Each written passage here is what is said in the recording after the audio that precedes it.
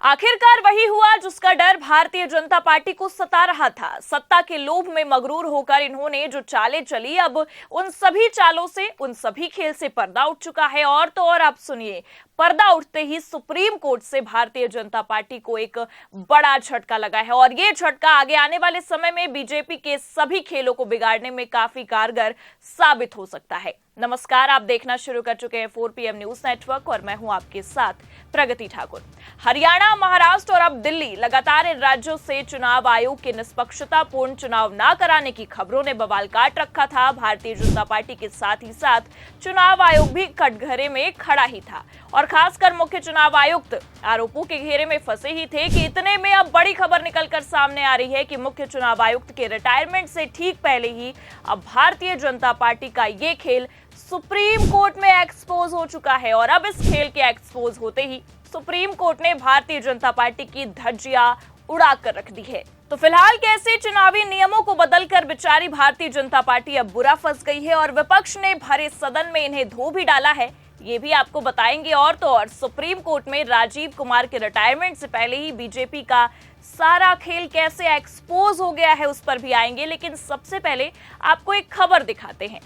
खबर में लिखा हुआ है, राहुल गांधी ने चुनाव आयुक्तों की नियुक्ति समिति से सीजेआई को हटाने पर उठाए सवाल। तो राहुल गांधी ने अब चुनावी नियमों में हो रहे गड़बड़ी के मामले के बाद बीजेपी की असली खेल का भी पर्दाफाश कर दिया और साफ साफ अगर कहे तो सदन में गदर काट कर रख दी। देखिए खबर में आगे क्या लिखा हुआ है। लोकसभा में विपक्ष के नेता और कांग्रेस नेता राहुल गांधी ने मोदी सरकार पर निशाना साधते हुए मुख्य चुनाव आयुक्त और अन्य चुनाव आयुक्तों की नियुक्ति की सिफारिश करने वाली चयन समिति से भारत के मुख्य न्यायाधीश को हटाए जाने पर सवाल उठाया है और इसे सोची समझी रणनीति बताया है। नियम बदल दिए गए हैं। चुनाव आयुक्त का चयन प्रधानमंत्री, विपक्ष के नेता और मुख्य न्यायाधीश करते थे। मुख्य न्यायाधीश को उस समिति से हटा दिया गया। ये प्रधानमंत्री से सवाल है कि मुख्य न्यायाधीश को समिति से क्यों हटाया गया। राहुल गांधी ने संसद में ये सवाल पूछा। तो राहुल गांधी ने अब इस मुद्दे को सदन में उठाया कि आखिर क्यों सीजेआई को इस समिति से हटाया गया। क्या ये सोची समझी साजिश है? लेकिन अब ये सोची समझी साजिश का खुलासा हो चुका है और साफ साफ भारतीय जनता पार्टी बुरा फंसती हुई नजर आ रही है, क्योंकि आपको बता दें कि सरकार ने मुख्य चुनाव आयुक्त की नियुक्ति वाले सारे नियमों में जो 2023 में बदलाव कर दिया गया था, जी हां, क्योंकि चुनाव आयुक्तों की नियुक्ति एक निष्पक्षता के तौर पर होनी चाहिए। लोकतंत्र और संविधान के असली कार्यवाहक चुनाव आयोग ही है। लेकिन भारतीय जनता पार्टी के राज में ऐसा कहां हुआ है कि कोई काम निष्पक्ष तरीके से किया जाए। बस ऐसा ही चुनावी नियमों में भी होता है और सरकार ने चुनाव आयुक्त की नियुक्ति के पैनल को ही बदल दिया और सारे नियम बदल दिए।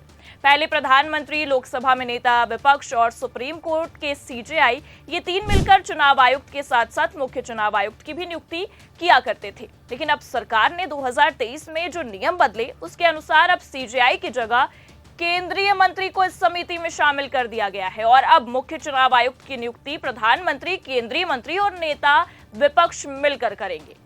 तो यहाँ भी आप देख सकते हैं कि साफ साफ भारतीय जनता पार्टी का खेल समझ में आ रहा है और समीकरण अपने आप में 2 और 1 का बहुमत से बनता दिखाई भी दे रहा है। और जाहिर सी बात है कि सरकार अपने हिसाब से चुनाव आयुक्त की नियुक्ति करेगी जो उनके लिए काम करे। और बीते दिनों जो कुछ भी भारत के चुनावी इतिहास में हुआ उससे तो साफ साफ राहुल गांधी जो भरे सदन में ये बयान दे रहे हैं कि सोची समझी साजिश के तहत ये रणनीति बनाई गई है, उस पर मुहर लगती भी नजर आ रही है।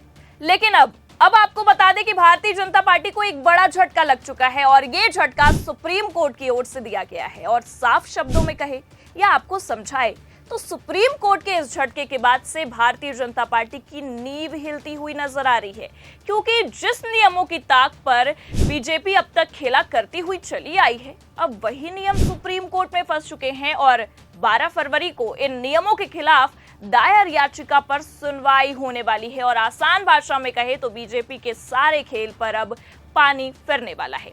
और ये कोई हवाई बात हम नहीं कह रहे हैं, बाकायदा खबर भी निकलकर सामने आई है कि 12 फरवरी को सुप्रीम कोर्ट कुछ ऐतिहासिक फैसला सुनाने वाला है। देखिए खबर हमारे पास मौजूद है, नवभारत टाइम्स की खबर में क्या लिखा हुआ है। सीईसी और चुनाव आयुक्त की नियुक्ति वाले पैनल में सीजेआई के नहीं होने पर याचिका, सुप्रीम कोर्ट करेगा नए कानून की वैधता पर फैसला।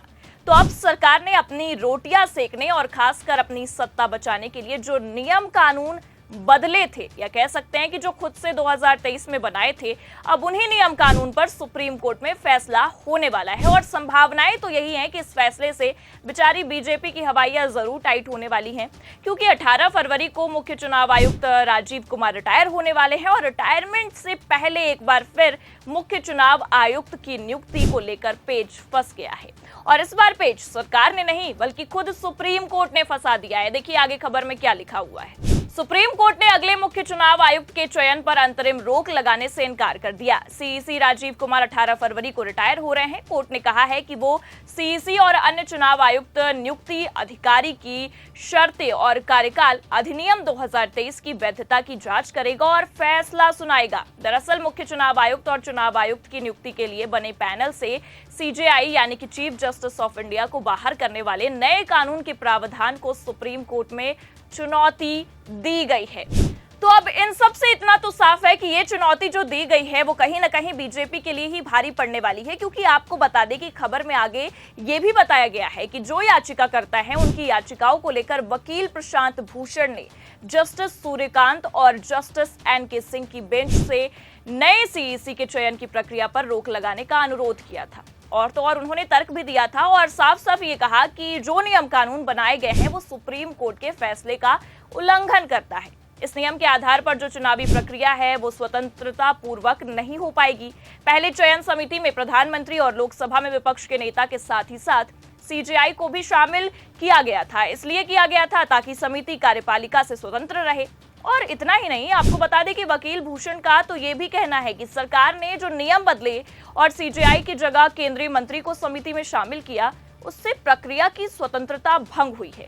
चुनाव आयोग, सीईसी और चुनाव आयुक्तों की स्वतंत्रता का अभाव स्वतंत्र और निष्पक्ष चुनाव के लिए गंभीर खतरा है। और कहीं ना कहीं अगर आप देखिए तो वकील प्रशांत भूषण ने जो दलीलें पेश की हैं, अगर उसे बीते चुनाव से जोड़ा जाए तो कहीं ना कहीं ये मामला उजागर होता हुआ नजर आता है, क्योंकि पहले ही सरकार पर चुनाव आयोग को अपने अधीन करने और चुनाव आयोग को सरकार की बोली बोलने का आरोप लग चुका है।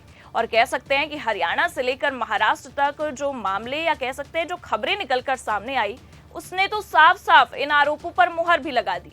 लेकिन अब इन नियम और सरकार के इस मनमानेपन को लेकर 12 फरवरी को सुप्रीम कोर्ट में एक बड़ा एक्शन होने वाला है। और पिछले कुछ समय से सुप्रीम कोर्ट ने जिस तरह से सख्त एक्शन लिया है, उससे इतना तो साफ है कि ये फैसला भी काफी ऐतिहासिक होने वाला है और जाते जाते राजीव कुमार भारतीय जनता पार्टी की लुटिया डुबोने वाले हैं। फिलहाल के लिए तो इस खबर में इतना ही, लेकिन आपको क्या लगता है, क्या चुनावी प्रक्रियाओं नियमों में सुप्रीम कोर्ट और मुख्य न्यायाधीश का हस्तक्षेप होना चाहिए या नहीं? अपनी राय कमेंट करके जरूर बताएं। ये खबर कैसी लगी लाइक और शेयर जरूर करें। चैनल पर नए हैं तो सब्सक्राइब करना भी ना भूलें। देखते रहिए 4PM न्यूज नेटवर्क। नमस्कार।